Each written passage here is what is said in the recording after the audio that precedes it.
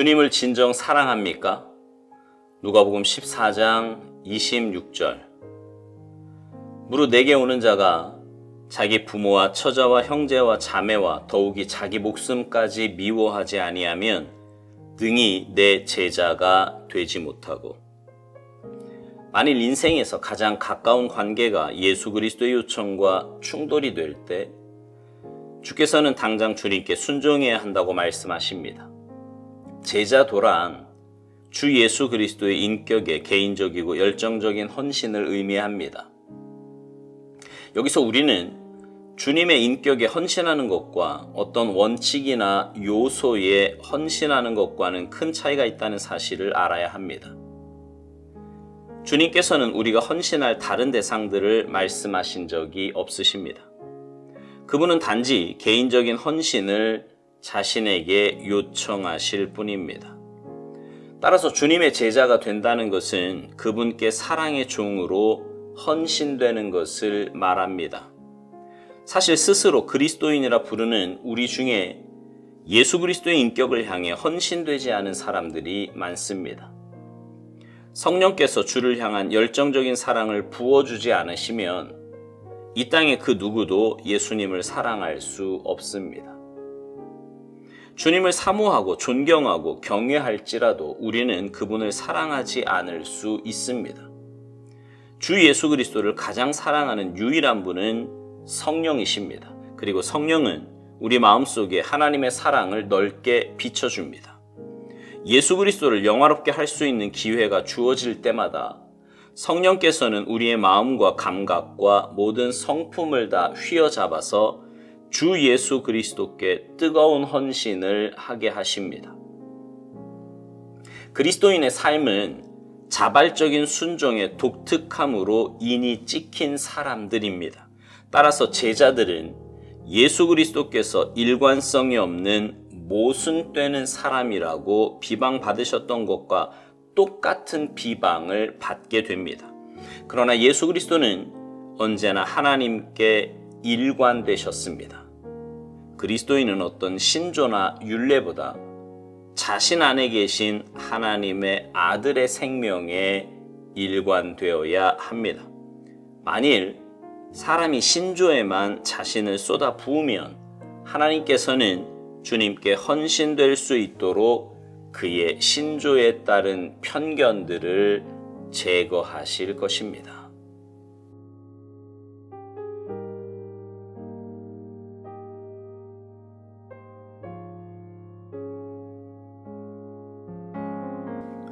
마태복음 22장 23절 이하에 보면은요, 부활이 없다 하는 사두개인들이 예수님을 찾아와서 엉뚱한 질문을 합니다. 사실 예수님을 시험에 빠뜨리기 위해 얼토당토하는 질문을 한 것입니다. 그 내용은 칠형제가 한 여자와 결혼하면 나중에 부활 때에 누구의 아내가 되겠느냐는 것이었습니다.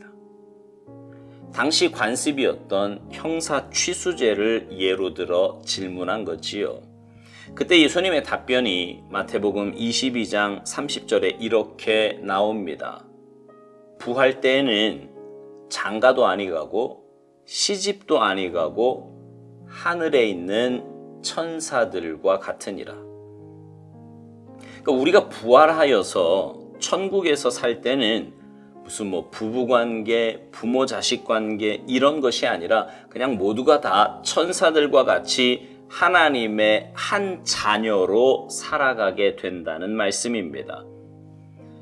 이 말씀을 잘못 오해하면 이 땅에서의 관계는 별로 중요하지 않은 것처럼 느껴지기도 합니다. 어차피 천국 가서 특별한 관계가 아니라면 이 땅에서 맺은 관계가 그리 중요할까 이렇게 생각하게 되는 것이지요.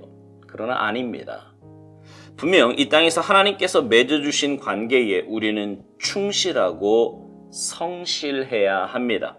부모는 부모로서의 역할을 잘 감당해야 하고요. 자녀는 자녀답게, 남편은 남편으로, 아내는 아내로서의 역할을 잘 감당해야 합니다.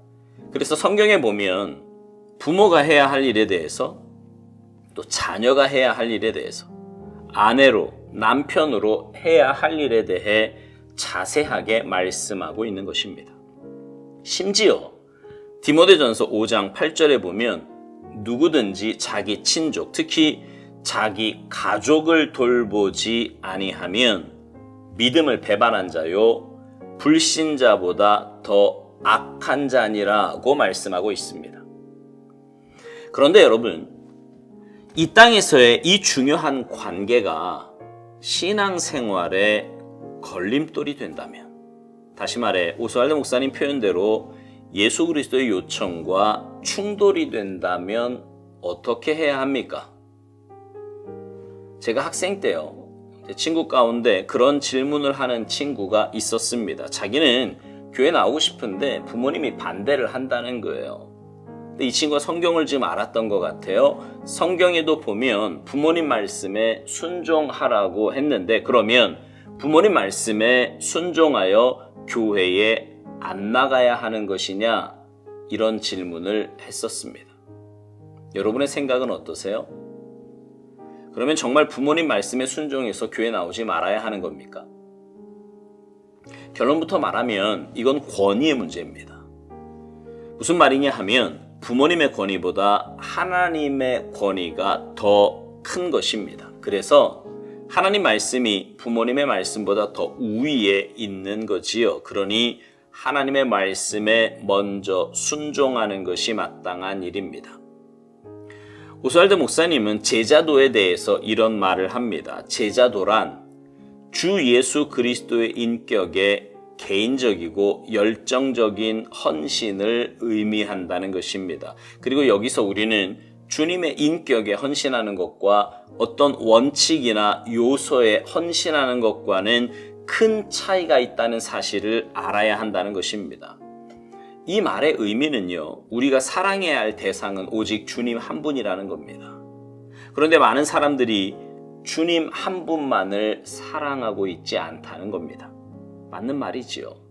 신앙생활 하는 분들 가운데 하나님만을 온전히 사랑하는 분이 사실 많지가 않습니다. 신앙생활을 한다는 것은 하나님과의 관계라고 여러 번 말씀을 드렸습니다. 그러니 하나님과 사랑의 관계를 맺는 것이 마땅한데, 그렇지 않은 모순된 삶을 사는 사람이 의외로 많이 있습니다. 하나님을 향한 온전한 사랑은 성령님의 도우심으로 가능합니다. 오스왈드 목사님은 이 부분에 대해서 이렇게 설명합니다. 주 예수 그리스도를 가장 사랑하는 유일한 분은 성령님이신데, 성령님은 우리 마음속에 하나님의 사랑을 넓게 비춰준다는 것입니다. 성령님만이 우리 마음과 감각과 모든 성품을 다 휘어잡아서 주 예수 그리스도께 뜨거운 헌신을 하게 하신다는 것입니다. 그렇습니다. 성령님만이 다른 곳을 향해 흐트러져 있는 우리 마음을 예수님께 향하게 하실 수 있습니다. 그러니 우리는 우리 안에 계신 성령님의 권면에 온전히 순종해야 합니다. 그래야 다른 곳에 빼앗긴 우리의 마음이 하나님께로 향할 수 있습니다. 오스왈드 목사님은 그리스도인의 삶에 대해 자발적인 순종의 독특함으로 인이 찍힌 사람들이라고 말합니다. 그리스도인들은요, 성령님의 인도하심에 자발적으로 순종하는 사람들이라는 말입니다. 하나님의 말씀에 자발적으로 순종하는 사람들이 바로 그리스도인들이에요.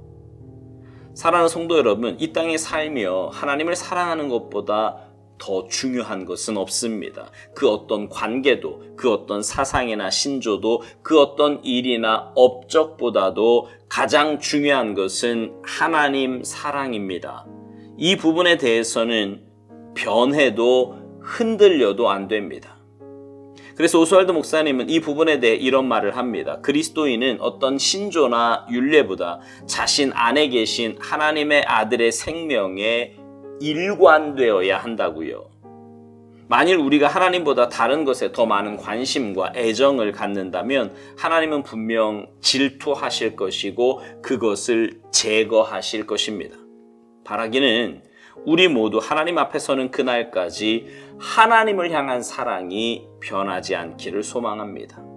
그러기 위해 우리 안에 계신 성령님의 인도하심과 권면에 귀 기울이며 온전히 순종하는 우리 모두가 됩시다. 그래서 이 땅에서부터 하나님과 깊은 사랑의 관계를 맺고 주님과 행복한 동행하며 사시는 여러분 모두가 되시기를 주님의 이름으로 축복합니다. 아멘.